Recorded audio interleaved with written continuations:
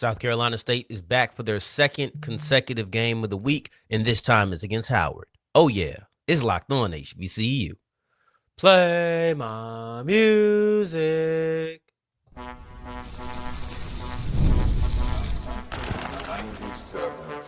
You are Locked On HBCU, your daily podcast covering HBCU sports. Part of the Locked On Podcast Network, your team every day.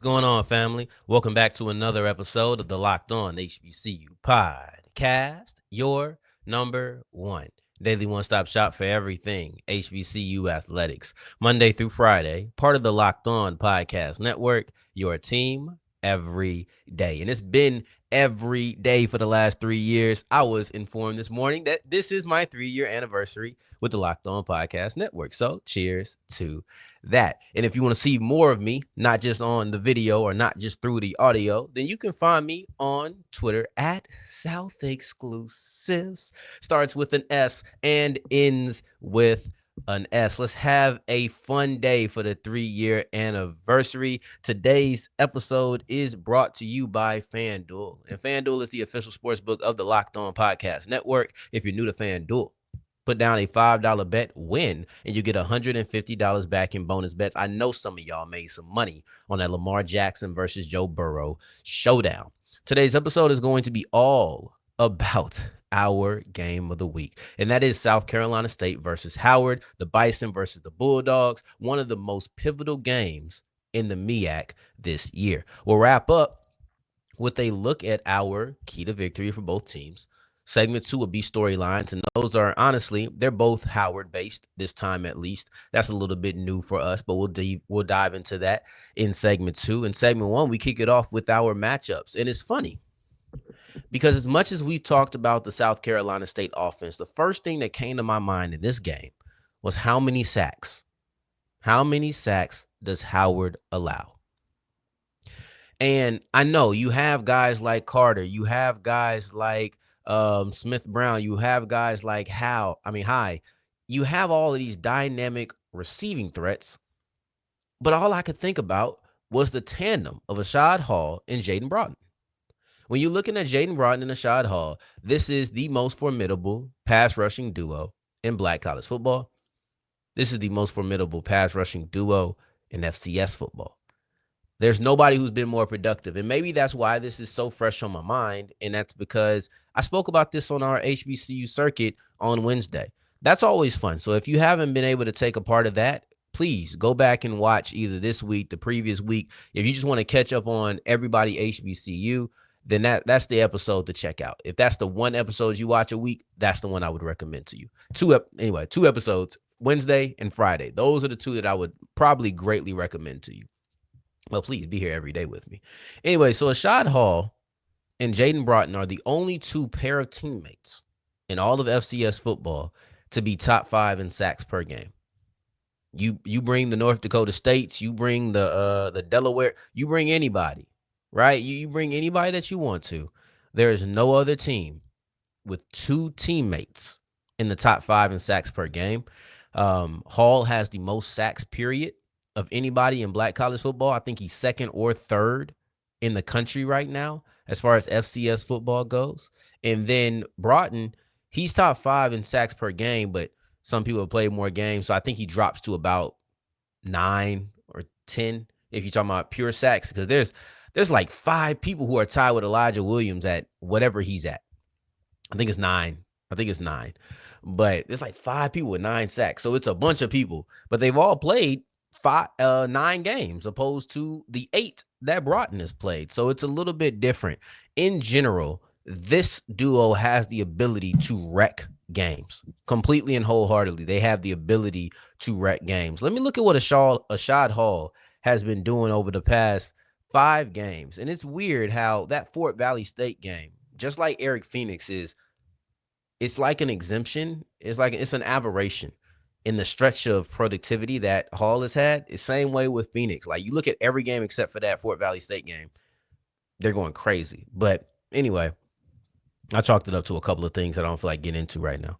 North Carolina A&T, 2 sacks. Tennessee Tech, 2 sacks. Fort Valley State, No sacks.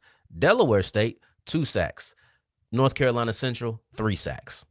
These are his performances against these teams. So you're looking in 4 of the last 5 games, he's had 2 or more sacks in every single game. This is a very productive pass rusher. And at the end of the day, if you want to get things going, you're going to have to stop that defensive line. If you want to get your pass game going, you're going to have to stop these defensive ends. That's just the pure facts of it all. It just is, right? So, also South Carolina State as a defensive line, if you want to expand it beyond just Broughton and Hall, they have the most sacks in the MEAC, and that's despite playing one less game. Despite that one game disadvantage, they're at 26. The next closest person is Howard, and they're at 23. But Howard's played 9 games. They played one more game and have 3 less sacks. Of the 26 sacks that South Carolina State has, 18 and a half of those go to the duo of Ashaad Hall and Jayden Broughton. So in other words, you need to stop this duo. Let's move forward to Eden James and Jarrett Hunter versus the South Carolina State run defense. Now, this one is a little bit interesting. This one's a little bit interesting because it's the second week in a row that South Carolina State has been faced with a really fascinating and must-watch run game, right? Or run battle, I should say. It's the second week in a row that South Carolina State has been faced with a run battle or partaken in a run battle. The first time it was against Jamari Taylor. Yes, I know Jamari Taylor has supporting cast, but that game he didn't. He was the only running back to tote the rock. It was Jamari Taylor and Walker Harris. And I think we all know that Walker Harris is, as far as being a runner, sidekick at best. At best, a sidekick. And I think that's being generous. That's not his game. He is a step back throwing quarterback. He's not a runner. Anyway, so this time you have a duo. You even have a triumvirate, to be honest. Like, I probably shouldn't have left Ja'Shawn Scroggins out, especially looking at the performance that he had last week. And he's had a couple of 100-yard games in his season this year. But to me, Eden James and Jarrett Hunter are the pair of the best running back duo. That's how I should say it. The best running back duo in Black college football. I just think that Scroggins has taken some of the carries away. Some of the productivity hasn't been there. And then also just on an individual basis, there's been some inconsistencies, but not enough for you to ever disrespect them. They've had enough high points for you to say, all right, we have to take this serious coming into this game. You can't overlook them.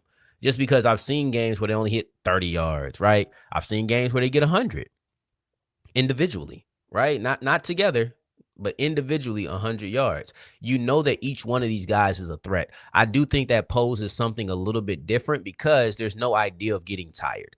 I don't know what Jamari Taylor's conditioning is like, right? But when it's 2 running backs, if one gets tired, you can just change the other one in. It's just pure math, right? It's not like something difficult. It's not a slight. 2 running backs can keep the full intensity longer than 1 running back can. Now, that's the part that interests me. But also, South Carolina State's the best run defense. It's the second week in a row that they're facing the best run offense. And I think that having a rushing quarterback definitely changes that dynamic because, A, you have to account for the run during pass plays. And then, B, on the read option, you really have to account for both of these guys. Walker Harris is good, but if you slip up and don't account for Walker Harris on a given play, he's not going to murder you, right? Like, he's not going to end your drive. He may get a first down on a play you didn't expect it, but you will definitely live to fight another day. If Ja'Shawn Scroggins get loose on you, that could be it. That could be RIP, right? At least for that drive. He has the ability to take it the distance with the ball in his hands. So that's just different dynamics on which you're dealing with versus Jamari Taylor, a running back where you're focusing everything on Taylor. If Harris does something, whatever, we'll deal with it, and then maybe we'll counter that next time.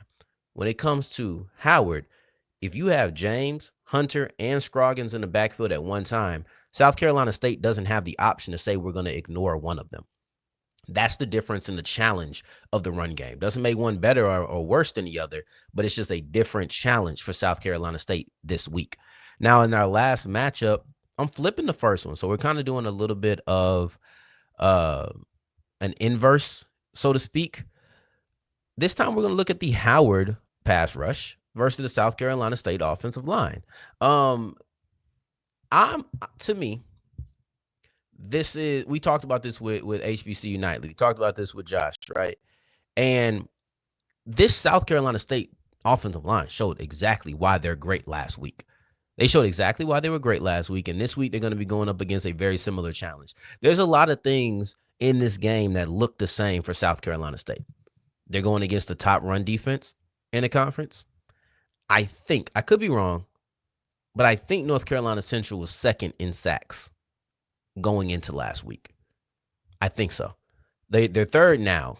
Howard second. So I could be wrong, and if I am, whatever. But still, you're going against a formidable pass rush. Can you stonewall them again? Because Eric Phoenix has so much time. This is where we get into the wide receiver conversation. If you allow Eric Phoenix to have time, he's going to pick you apart. If you allow Eric Phoenix to sit back there and choose what receiver that he's going to throw to, those receivers are too good for you to give Eric Phoenix time. Simple and plain. Eric Phoenix is too good for you to give him that time. The duo of Eric Phoenix to Caden High, right? The duo of you pick a receiver, man. They're too good for you to give them time. So if you're Howard, rushing the passer is imperative. If you're Howard, rushing the passer may be a necessity to win, because I don't know if you're able to stop that offense. Eric Phoenix has been too precise, too consistent for me to think that if you give him time, and that receiving core has been too elusive, has gotten open too well, the chemistry is too strong for me to feel like if you give them time, that they will not pick you apart. So if you want to stop this South Carolina State offense, you have to heat up Eric Phoenix, period. There's no talks. There's no way around that. Now, as we push forward, I got a couple of storylines. They both revolve around Howard, and it's all about their ability to try to get the championship, because they're not out of this race despite losing a game. Let's explore that as we continue with Locked On HBCU. Today's episode is brought to you by LinkedIn, and LinkedIn is the only place I would go for any of my job, right? I'm on LinkedIn consistently looking, right? That's me, and that should be you too. If you're a small business owner, it should still be you. I may not be an owner. I might be in a different place than you are, but that doesn't mean that you shouldn't go to LinkedIn.com, because over 80% of small business owners who go to LinkedIn.com, they find the right candidate for their job in less than 24 hours. Notice I said the right candidate. You can bring anybody in, right? You can bring me in to build a roof. I don't know how to do that. I don't. I'm not the right candidate for that. But that's okay, because if you go to LinkedIn, you'll find all the carpenters that you need to, right? That's the simple, plain truth of it all. So you go ahead and go to LinkedIn.com and LinkedIn.com/LockedOnCollege and find the right person for your job today. Less than 24 hours. It's not going to take you long. Matter of fact, you wasting time not going right now. As we continue rolling on today's episode of Locked On HBCU, I appreciate you for making this your first listen of the day every day. For your second listen, make sure you're checking out Locked On Saints. It's hate week, baby. It's hate week. So Saints versus Falcon is in full effect, and Darren Rizzi is the new interim head coach. So there's a lot of juice involved there. Go check out what my guy Ross Jackson is talking about. Now, the biggest storylines going into this game both revolve around Howard. I was trying to get something South Carolina State related in here. I was going to talk about the idea of a letdown game, but that felt facetious. That felt, it felt like I was just trying to get something South Carolina State related in the storylines, when I had two things for Howard sitting here right in front of me, and I was denying them. Matter of fact, I was trying to tie this second storyline into the South Carolina State storyline, but the truth is there is no letdown game. It's a very emotional matchup against North Carolina Central. That was a big deal, but this is Howard. So it's not like they're going to face some team that's on a lower peg. They're going to face Howard, who is the defending MEAC champions. I don't think there's any fear of a letdown, so I couldn't do that. But let's kick it off with the one that I knew was going to make it. This is the first of a 2-week stretch for Howard's journey to win the MEAC. I know that Howard lost the game to Norfolk State earlier this year, but this is how things work in the MEAC. You get one team that loses a game and wins the championship, and you have another team that loses a game and doesn't, right? That's just how it goes. The last 3 years, the MEAC has been decided with one team winning the champion. Or here's a better way to say it. The MEAC has been won by a one-loss team every single year for the last 3 years. In the last 3 years, second place was a fellow one-loss team that lost to that championship one-loss team. Let's go through it. 2021, South Carolina State, North Carolina Central. 2022, North Carolina Central and Howard. Same thing in 2023, except the results was flipped. I don't know what it is about North Carolina Central. They 2 of the 3 years they done lost the one game they're not supposed to lose, right? But that's how it's gone. And this year they lost to South Carolina State. Man, whatever. You go through it and you're looking from the outside looking in, it's always this way. So Howard having one loss definitely does not disqualify them from winning the MEAC. Matter of fact, they still control their own destiny. They're unlike North Carolina Central. They don't need any help. All Howard has to do is win, because the one team they lost to is Norfolk State. And the Spartans already have 2 losses. So with them having 2 losses, Howard doesn't have to worry about it. They went out. Ain't no tiebreakers, nothing. They went out. They would have the tiebreaker over South Carolina State, 1 game apiece, 1 loss apiece, and then they would have beaten the Bulldogs. And then you look at beating North Carolina Central next week. Now that will push down the Eagles to no man's land. Like, I think it's over for them. If you've lost to Howard and you've lost to South Carolina State, actually, that literally may be it. I don't know how many games Howard would have left. Let's see. So Howard's played Norfolk State. They played Delaware State. This would then be South Carolina State. And then they will play North Carolina Central. Yeah. Okay. So that would be 4 games if they were to beat Central. If they were to beat Central, then you're looking at that's the 4th game. It would literally put North Carolina Central out. Yeah, I didn't even realize that North Carolina Central is literally playing for their lives next week. That's a segment. That's a segment. I will definitely put this in the back of my mind for me to remember next week. 7 days from now, you'll be hearing about how North Carolina Central is playing for their lives against Howard. No matter what the outcome of this game is, that's still true. Wow. Wubsy, wow. That's what happens when you have kids in your life. But yeah, it's crazy that in this 3-week span, we get North Carolina Central versus South Carolina State, South Carolina State versus Howard, Howard versus North Carolina Central. All in a 3-week span. We're blessed with the 3 biggest games in the MEAC of 2024, right? And each one of these teams has to face them back to back. The only difference is North Carolina Central has a bye week in between those games, but they play the Bulldogs, then the Bison back to back. Howard plays South Carolina State, then North Carolina Central back to back. Obviously, Central versus South Carolina State was last week. This is, man, we getting treated. We are being treated right now. But anyway, to this point, the pivotal 2 weeks for Howard. You already have a loss. Losing this game is done for you. Oh yeah, losing this game, you're finished. There is no, I guess you could get a 3-way tie with North Carolina Central. I guess you're not technically playing for your life. I'm realizing all these math things now, but if we're being honest, South Carolina State is not losing 2 more games if they win this game. I just don't believe Chennis Berry will let them do it. At the end of the day, I just don't. So, yeah. Anyway, that's the first storyline. I kind of went into a little bit of a tangent there. But don't look too forward. Don't look too far ahead. Where's Frank, right? Don't look too far ahead to North Carolina Central. Focus on this game right here. Just understand that this is the first of 2 back-to-back games that will really decide your future. You lose either one of them, and I think your season is pretty much over, but it's not mathematically over, depending on which one you lose to. Now, as far as Howard, again, second storyline, the one I tried to avoid is that they're coming off their best game of the season. 38 points, the highest output that they've had all season. 0 points for Delaware State, the first shutout that Howard has pitched all season, right?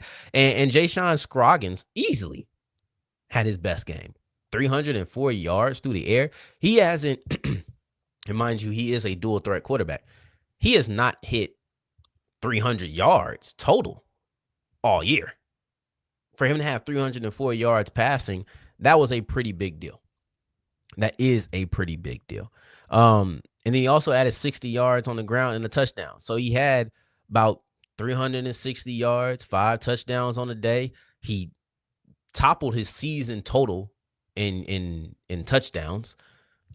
This was a great performance by him. Now the question becomes, can you continue it?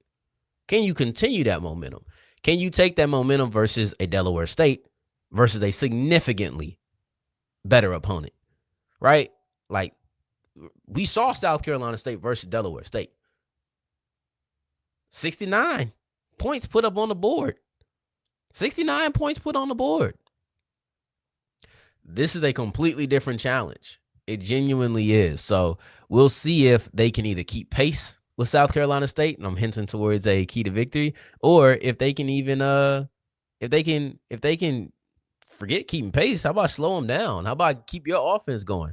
38 points. I don't expect it to look like that in this week, but if you can have some remnants of it, I think that's different. 25, 27 points. But you know what? I'm saying 25, 27 points. For me, South Carolina State's key to victory is to score 24. Because I don't think that Howard can get to 25, 27. Let's look at that as we continue with Locked On HBCU. Today's episode is brought to you by Robinhood Gold. And with Robinhood Gold, you don't need a silver spoon to eat up the financial favors of the 1%. Robinhood Gold allows others to get rates and perks usually reserved for the high society. Now, the resourceful individual with Robinhood Gold can earn the same very liberal rate of 4.5% APY on uninvested cash and be rewarded with a handsome 3% retirement bonus on an IRA account. Robinhood Gold provides the privileges of a high net worth for any net worth. These generous benefits are now available for only $5 a month. The new gold standard is here with Robinhood Gold. Sign up at robinhood.com/gold. Terms apply. For product-specific disclosures, please visit robinhood.com/gold. Investing involves risks. Rates may change, and gold membership is offered by Robinhood Gold, LLC. Today's episode is also brought to you by FanDuel. And FanDuel is the official sports book of the Locked On Podcast Network. We had a great one. On Thursday Night Football last night. This was amazing. Joe Burrow and Lamar Jackson always put on a show, and quite frankly, I'd like to see it in the playoffs again. I hope that you were able to make some money on it by going to FanDuel.com. It's simple, right? If you go to FanDuel.com and you're new to it, you go ahead and put down a $5 bet, you win, and you get $150 back in bonus bets. We want to help you. We already know you're a winner, but we want to make you a winner times 5, right? Ain't nothing greater than that. So go ahead and go to FanDuel.com. NBA, NFL. We have some more great games coming up this week, right? So you have the NFL, the NBA, NHL. You can go individual players, you can go team wide, you can go mid game, you go before game. It doesn't matter. All you have to do is go to FanDuel.com and make every moment more. As we're wrapping up today's episode of Locked On HBCU, I appreciate you for making this your first listen of the day. Every day, making it all the way to segment 3, and I thank you 2 times for that. Hey, yo, check out this shirt that they just sent me, right? This is nice. I like it. We getting ready for the fall. This is a Locked On shirt for everybody. Let me move the microphone for a second. Boom, how'd I get there? Y'all see it. Anyway, I was very excited. I got that in the mail just, 2 days ago maybe? So I like it. Feel good, too. Good material. Shout out to Locked On, taking care of your kid. Anyway, Howard and South Carolina State play this weekend. It's our game of the week. And for me, South Carolina State's key to victory is to just score 24 points. This is very similar. Honestly, it's pretty much the same idea, just a different number. When I had Jackson State versus FAMU, I look at what each team typically does. And I'm like, hey, where do they need to get to? And to me, I don't think that South Carolina State is going to let Howard get to 25. I don't. Let's look at the games in which South Carolina State has allowed 25 or more points. Georgia Southern, that was 42 to an FBS school. Okay. North Carolina A&T, that's 25 on the dot. I will admit, that's a solid 25. It did feel like the game was out of hand by the time they got to the 25. But if it was a better offense, maybe I wouldn't say that. It was 13 with 3.5 left, so that it's a doable thing for better offenses. But whatever. Delaware State, 35 points, and that's with the backups in. They were smacking. You hear me? They were smacking Delaware State. Okay? It wasn't even close. That 35 points should be thrown in the trash. Every offensive, I think they had like 14. I give them like 14. But the majority of their offensive contributions came with the backups in. It came in the second half. Like, South Carolina State had already scored 69 points, 62 points, like before they started putting points on the board for real, for real. What are we talking about here? You know, like context does matter. I do think context is very important, which is why I gave you the 3 games in which they scored or allowed 25 points. And then I gave you the context behind it because, in my humble opinion, that details things. But yeah, that's how I view it. This is not something that they give up frequently. And I'm looking at most of the games, they're not doing that. They're not. Can they score 24 points? They do it pretty regularly. 24 points in 4 of the 8 games that they played, won all of those games. The other 2, they scored 23 points and 22 points. They won those games too. The 2 games they lost, they didn't get close, right? The 2 games that they lost, they were not able to get to 24 points. I don't think they were even in the 20s.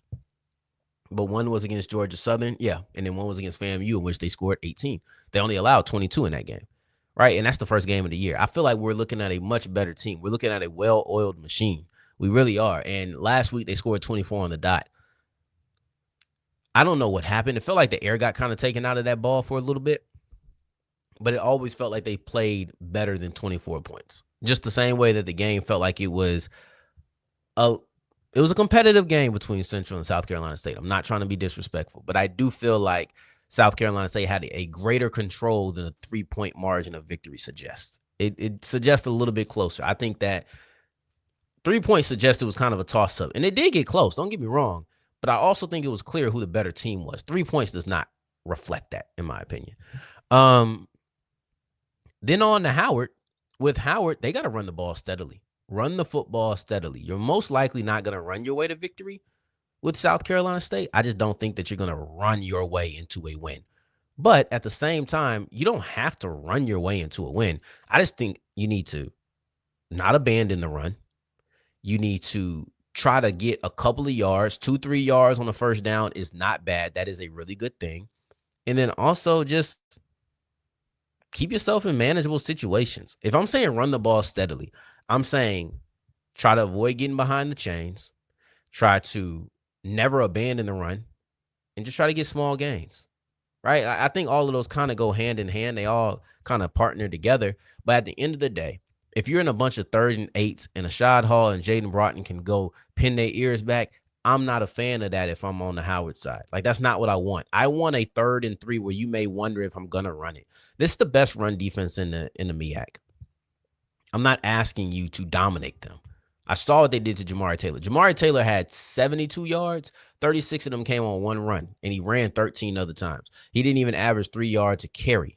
Right, but they didn't really abandon the run. As much as they were down, he still got his 14 carries. For you, I need you to tee that up. I need you to be in the 20s, maybe the 30s, right? Like, but probably the 20s is a good number. I need you to be in the 20s as far as rushing goes. And that doesn't include scrambles. I need you to try it. One thing Ja'Shawn Scroggins does is he allows you to stay ahead of the chains if he's on top of his game, right? Because a scrambling quarterback, if they're doing everything that they need to do. Sometimes they don't do that. Sometimes the scrambling quarterback runs around, and loses 7 yards because they trying to use the athletic ability too much, right? But if he can scramble, okay, we're going to minimize losses. We're going to get micro gains. Simple. It's kind of like our Roy, right? Micro deposit can lead to massive gains. That's what we're talking about when it comes to running quarterbacks. Just give me 2 yards, running period. Give me 2 yards, give me 3 yards, give me 1 yard, right? Like, let's not go backwards. Let's not be in second and disadvantageous. Let's not be in third and disadvantageous, right? Let's not do that. Let's get into winning third downs. Let's get into winning second downs. Let's just stay ahead of the chains because this pass rush is ferocious. And I understand that the defensive line and the run defense is just as ferocious, but sometimes you just got to go punch them. Sometimes you got to go punch them. Right? You either run from the bully or you punch him.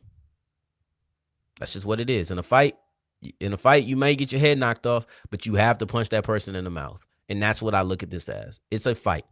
And you have 2 really good running backs. You have a really good running quarterback. You have to punch South Carolina State in the mouth. And even if they punch you back, you got to keep punching them in the mouth.